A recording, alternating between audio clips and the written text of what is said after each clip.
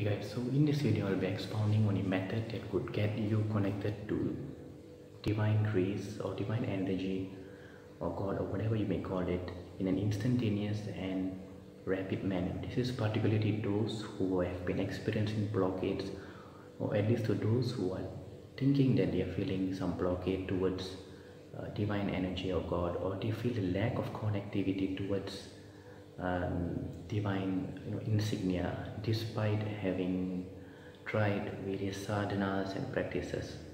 So as we know, commonly perhaps in meditation, and especially beginners who are enthusiastic about experiencing different dimensions of spirituality, or perhaps getting an experience about connecting to God, tend to face disappointments when they could not perhaps overcome simple entanglements, like maybe they might be not be able to silence their mind or control their mind like what they assume, and hence they sort of get stressed up and many leave their sadhana halfway.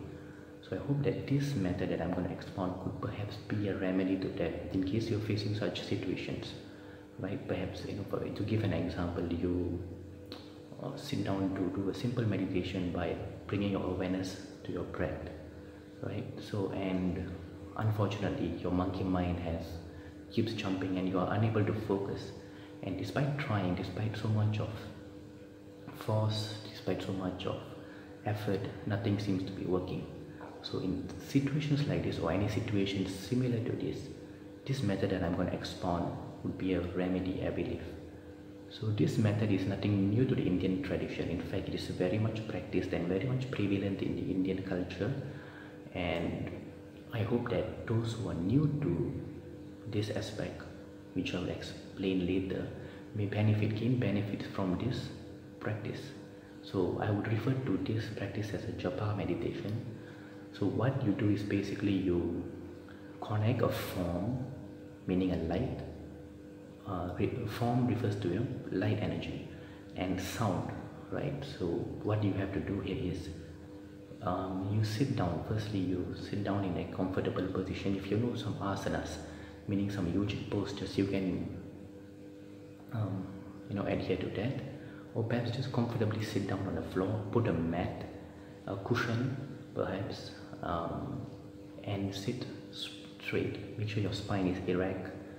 And what you do is you close your eyes and you imagine, you visualize an image that you have established as the form of divinity, or a symbol of divinity, right? So in the Hindu culture, or perhaps the Indian tradition, we have established many forms, many deities, and perhaps if you're a devotee if you're a fan or you like some particular deity, you can instantaneously use that form, right? They refer to this as Ishta Devata.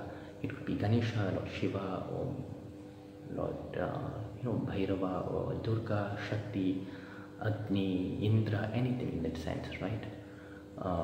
Even Surya, sun itself. So you just take a form that you like most, close your eyes and visualize that form as vividly, as real as you can. And while you do that, while your mind is engaged in bringing that form in your mental picture, what you have to do is you have to verbally produce a particular sound, which is a mantra, right? So in this particular practice, it is recommended to use a short mantra and repeat it continuously, and to build the momentum, right? It is contrary to Veda chanting, where you chant whole bulk of verses and such. This is more to a Japa practice, and it may not be necessarily be recited loudly. You can even do it softly, gently. It can be even done at a mental level, right? So common mantras that would be bija mantras, or that of a Gayatri, that you can use in this practice. So bija mantras refer to the seed mantra. These particular sounds are like direct keys to opening to the energy of a particular deity, or the grace of a particular deity. For example, Gam for Ganesha, or Om Namah Shivaya, the Panchakshari for Lord Shiva, or Om Namo Narayana for Lord Narayana, or any tattvas, Vishnu tattvas.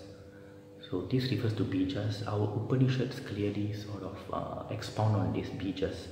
For example, in Ganapati Upanishad from the Atharva Veda, they particularly focus on the bija gam, and in Narayana Upanishad similarly about Om Namo Narayana here.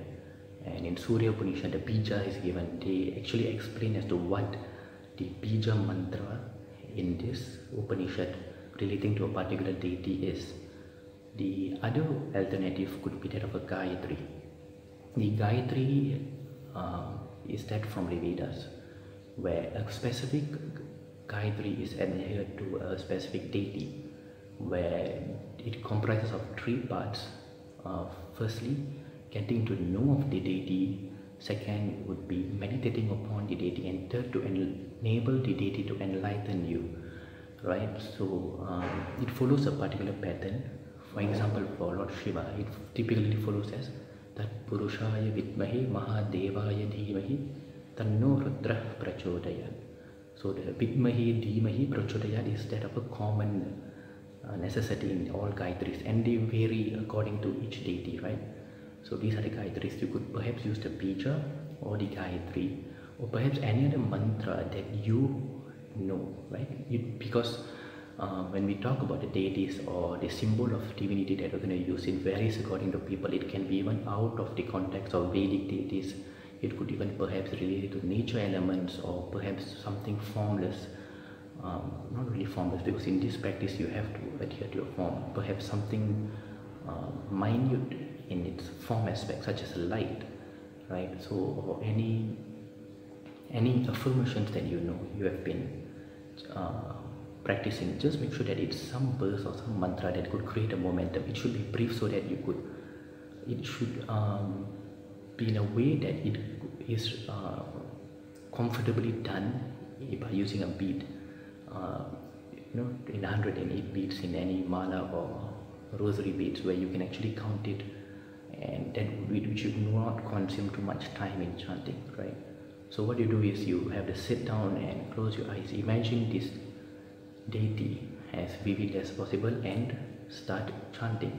You can use beads in that sense and time it. Perhaps on the first day, maybe you can do it for 5 minutes, and on the second day, extend it to 10 minutes, 15 minutes, and so on, right? As much as you feel comfortable in doing it. So one important aspect is when you do this practice, your mind again tends to run around, it tends to jump about different topics, different thoughts.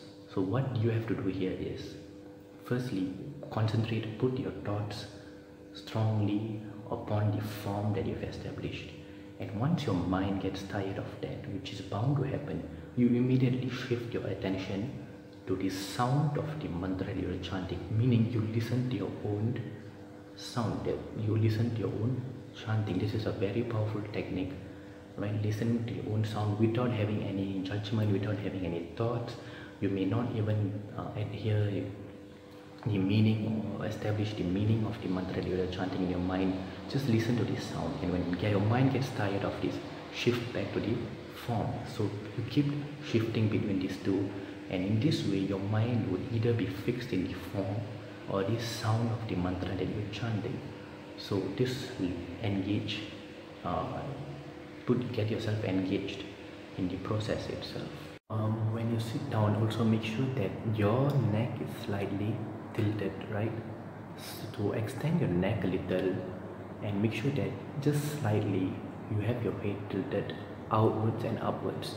So to demonstrate, just make it, when you close your eyes, imagine that you're sitting down, just tilt a bit, so you form an outward angle here. And very particular important point in this practice is also that while you're doing this, while you're having the form and while you're chanting with the appropriate posture, make sure that you bring your gaze towards the point between the eyebrows, where an important point lies, which is the Ajna chakra, the third eye. So how you can establish this is how you can bring the gaze about here to those who are not aware.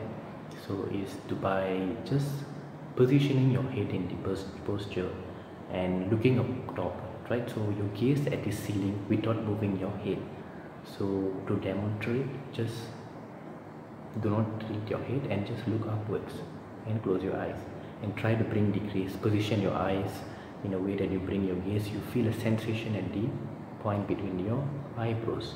And if you feel pain or stress, relieve yourself from this practice. Give some rest and try to attempt.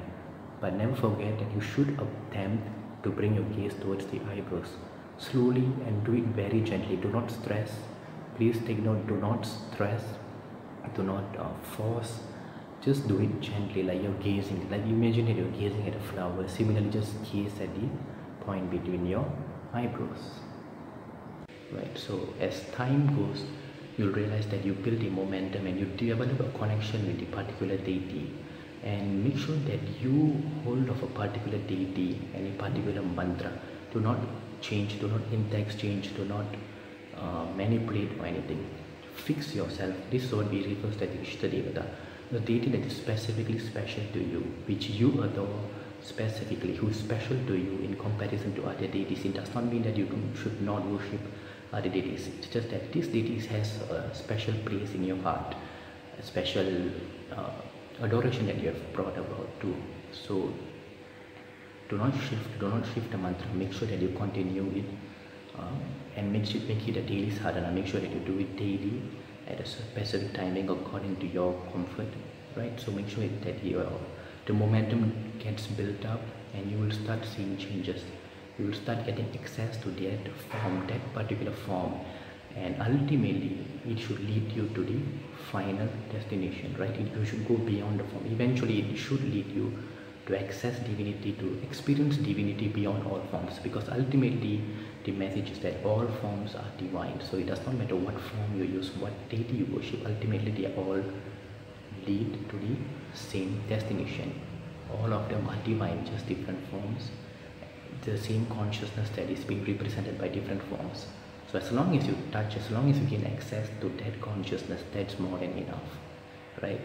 And it's a matter of time for your maturity to build up and to perhaps go progress in different levels. Remember that this practice is a basic level, but yet very powerful. Right? It's very, very effective. Although basic, although easy, it's very effective, and it's being, in perhaps India, it is being widespreadly being followed by many devotees.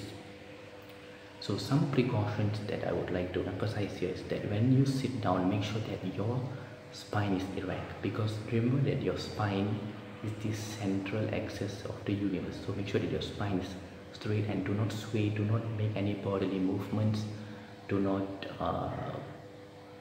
droop or anything. Make sure that you sit erect, and take care of your daily practices. Make sure you lead a healthy lifestyle.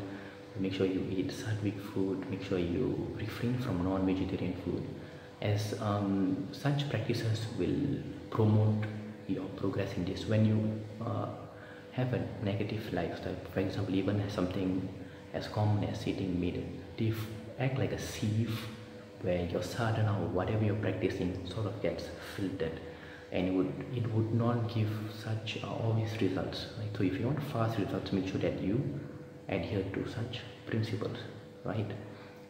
So that's about it. Hope you try it, and you can find an attached written version of this practice, an article in the description below. Hope this was helpful. Thank you for watching.